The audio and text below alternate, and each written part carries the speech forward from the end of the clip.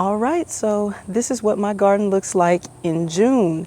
I feel like the last time I filmed one of these videos, it was probably in May. So this is basically like 30 days and some change worth of growth. And in that little amount of time, pretty much everything has shot up except things that are supposed to not shoot up, like the bush beans.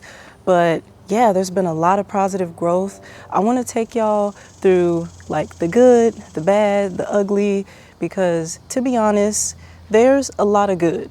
There's a lot of good, and I'm proud of that because this is my first growing season and I faced a lot of challenges with pests, inconsistent watering, just trying to figure out what's wrong with my plants. Are some of them nitrogen deficient? Are some of them needing more magnesium, calcium? Like, I've been through it all. And honestly, now I understand why people say gardening in Texas is so hard. Now that I'm kind of, I would say, halfway through my first growing season, it's been pretty rough. Like, I think the biggest thing that we have to contend with here is just the weather not being consistent, and then the sun just being so daggone crispy. Like, I've tried to grow some things, but it's just been too hot for them. I've tried to grow some things in the spring and it was still too cold for them because we'd have cold snaps. So yeah, it's been a challenge, but I've been dealing with it. I just want to show y'all my progress so far. All right, so let's get started with my northernmost bed. This bed has my corn, just these tall stalks. I also have bush beans here, which I have pruned to the gods because they've been having issues. And then I also have some marigolds just planted like randomly throughout the bed. Now, the first thing I'll say is that the corn, good, excellent, doing so well. The green beans, they are not doing so good. I feel like if I get one green bean out of all of these, and I think I got like 11 plants, that's gonna have to be a win for me because I've been dealing with so much, y'all. I'm talking about leaf miners came and put all them little squiggly lines on my leaves. So I actually had to end up pruning so many of my green beans because in my mind, I'm like, okay, well, are they diseased? Are they gonna make it? So I actually ended up over pruning, which is kind of sad, but lucky for me, some new leaves came in like this one and these around here. So it wasn't all bad, but I realize now that I definitely over pruned. But even with that being said, that really hasn't stopped the bean pods from producing. So I don't know, y'all. I don't know. I mean, I feel like they are trying to push through, but I don't know. So the bush beans over here are doing way better. I'm talking about the leaves are greener, which I've been fighting like yellowing leaves too. I can see like a little bit of the reproductive parts trying to do some work. And I did spray some garlic pepper onion spray on these because leaf miners were tearing them up. Something else was literally like eating them. I mean, talking about like a whole leaf just missing or like a half moon shape bitten out of it. So I did use that spray and it did work. I just have to spray it often, which I think it's probably twice a week before it started working well. So it worked, but at the same time, these are just like, in my opinion, extremely challenging to grow. Oh my God, y'all, while I've been over here complaining about these green beans not growing, I actually just saw a green bean pod. Look at this. There is actually a little green bean pod in there. Look at him. Look at him. It's a little green bean. I mean, I ain't gonna lie, he's stunted. He definitely stunted. He not what he's supposed to be, but oh my goodness, beggars cannot be choosers. Okay, so one thing I can say about the corn, since day one, y'all, no problems. I'm talking about when I put the seeds in the ground, they came up fast, and I planted these 3 to a hole, and every single seed sprouted. Now, I think I was supposed to only keep the ones that were strong, and get rid of the stalks that were skinny, but the way it turned out, I had strong stalks for every single seed, so I just kept them all, and so far they've been doing well. So I can't be more excited and happy about this, because this was literally my first time planting corn, and maybe corn is just easy to grow, but one thing I want to point out is that most of these are developing. Let me see if I can find it. So most of these are developing tassels now, and these are basically like the, I don't know, what do you call them, like the plant penises? So these are gonna fertilize the female parts. And so, yeah, I think most of these have tassels. So that's one tassel, two tassels there. Then this one is busy. I don't know if y'all can see that. This one is busy developing a tassel. I mean, this one's got a tassel too. Pretty much all of these, y'all, to be honest, almost all of these are developing pretty well. So I couldn't be more excited with this. I think in the next month and a half, these should be fruiting and producing corn. So we'll just have to see. So I think I have like 15 hills of this corn. So 3 to a hole. That means I would have about 45 stalks. I don't think for a second I'm gonna get 45 ears of corn. I feel like that would be crazy for my first time growing them.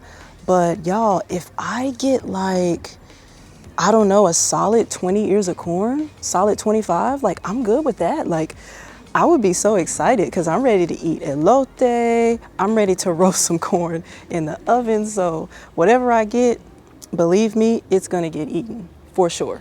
All right, next up, let's talk about our little tomato girls. So these are Brandywine tomatoes. They are not easy to grow. I have struggled quite a bit actually. I think I mentioned in the last garden tour that these are my second set of starts. My first set completely died because the weather changed on me, and look, I got a little bit of leaf curl here, so I got to do something about that. But yeah, the first set died on me because the weather switched and it got really cold. So yeah, these are my second set of starts, and the fact that they have even made it to this point is like extremely impressive to me because I kept killing them. One thing I will say is that I've been pruning these like crazy. You can see all of these little areas where I've done chops and cuts. So I have been pruning them to make sure that most of the energy goes up here to produce flowers and fruit. And I've also been pruning them to increase airflow. Like this one looks really bushy right now, but I promise you, before I pruned this a couple days ago, this was like way bushier and extended out like this. So this has a lot more airflow now than it did before. So these take probably like 80 days to mature, so I don't think I'm gonna see any fruit from this until maybe late summer. But one thing I have been focusing on is making sure that I do get some type of harvest. And so I've been trying to water these as evenly as I can, making sure they have consistent water. But it has definitely been a challenge.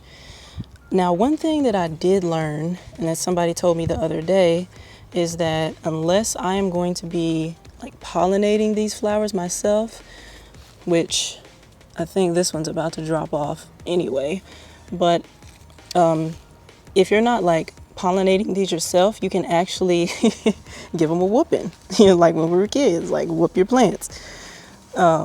So I did that, and I just been giving them a little shake to make sure that the pollen distributes, fertilizes the female parts.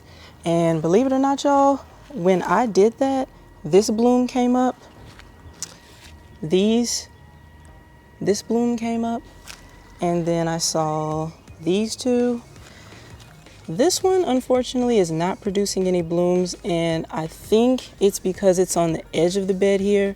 I think what's happening is I'm watering, but like I'm kind of on a hill. Like, I don't know if you could tell, but my backyard, even if you look at the fence line, it's kind of like not straight.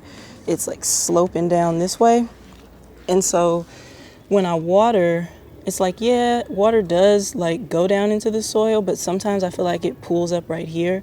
So this one has just been struggling all around, and I don't know. I really wish I had leveled this bed before I started, but you know, it's kind of too late. Nothing I can do about it now. But yeah, I would say that the tomatoes have been the hardest for me to grow.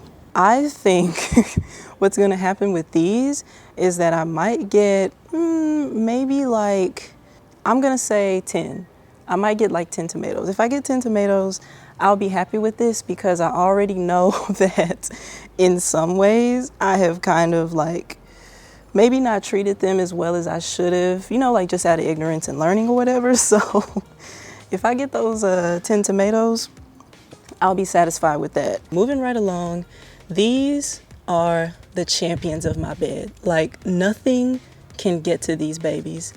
This is my basil.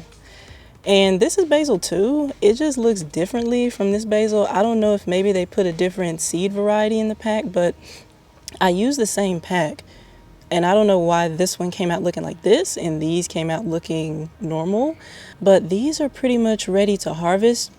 I actually bent down and smelled these and they smell like basil, so you know it's almost time. Actually, I can smell them right now, so yeah, they're almost ready to be harvested. I will say these were definitely slow growing, but this isn't the only basil I have. I have some basil here that's just like barely making it. I had some yellowing leaves because they got overwatered during some pretty harsh rain, but looks like they're making it through. And then I got some basil growing here, and they also look a little bit crazy, but the new leaves are coming through, so that is a great sign. Okay, now this is what I'm actually excited for. Watermelon! Yes, I'm trying to grow some watermelon, y'all. So the crazy thing is, this watermelon started off growing so dang slow. And I want to say probably in the past 4 weeks, this thing is really taking off. I mean, I got a vine now. It's reaching outside of the bed. And that's pretty much what I want to happen. I'm still in the process of searching for like some type of bench that I can put here or something like that. I'm not sure like how long the vines will actually get, but I do know that I may not want them to sit in this bed because I do have some new plants here that I planted. So I might just let these grow off onto the floor and then put like some cardboard down right here, move these bags, and then let the melons just grow on the ground, like on the cardboard. I've been thinking about doing that. But I can already tell that this hefty girl needs some help. She's not getting as much nutrients as she needs because I have some yellowing leaves here. And so I was reading, and I actually saw some people on TikTok mention that you can use some Epsom salt to kind of help put some more nutrients into this and just spray this on top on the leaves and everything. And it's supposed to add magnesium, which I'm thinking is what this is missing.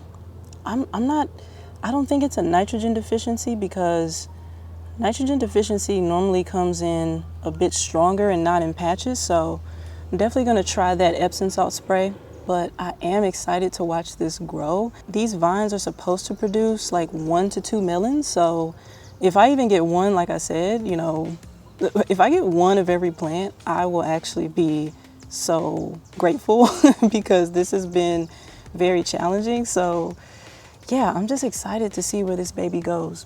And then y'all, guess what? I got a little surprise over here. Out of nowhere, I have a watermelon sprout.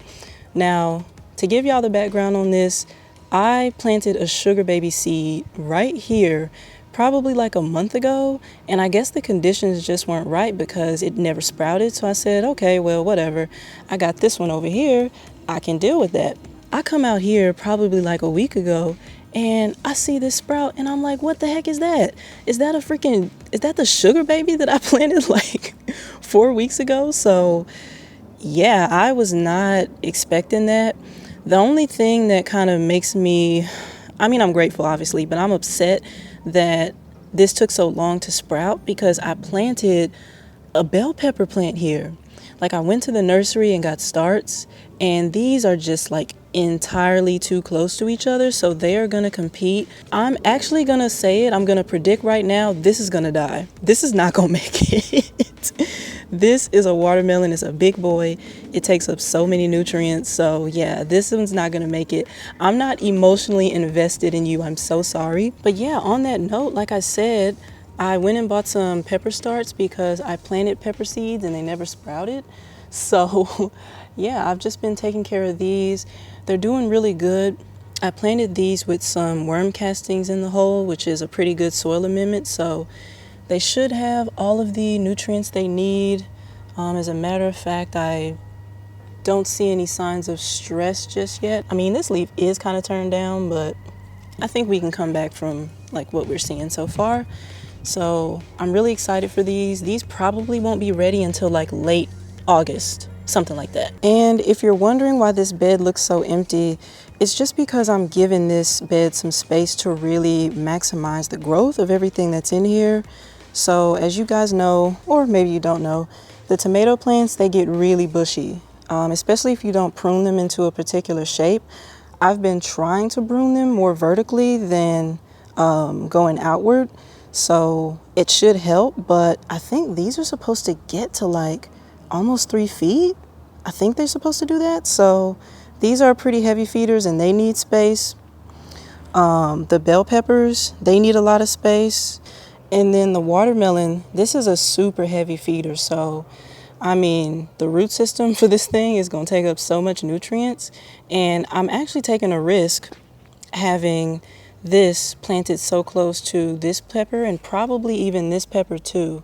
So yeah, I'm pretty much just praying that all of this works out. But yeah, that's the reason why this bed looks so empty. I'm really trying to not maximize for how much I can put in it, but maximize for how much I can get out of it.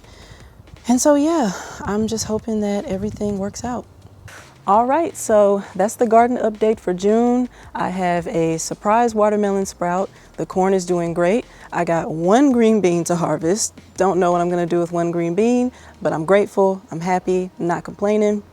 I have new plants here. I planted 3 bell pepper starts.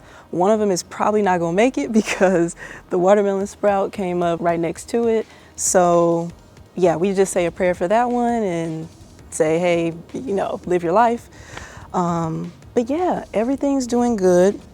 The things that are ready to harvest right now is that 1 green bean plant, the basil, and yep, that's it.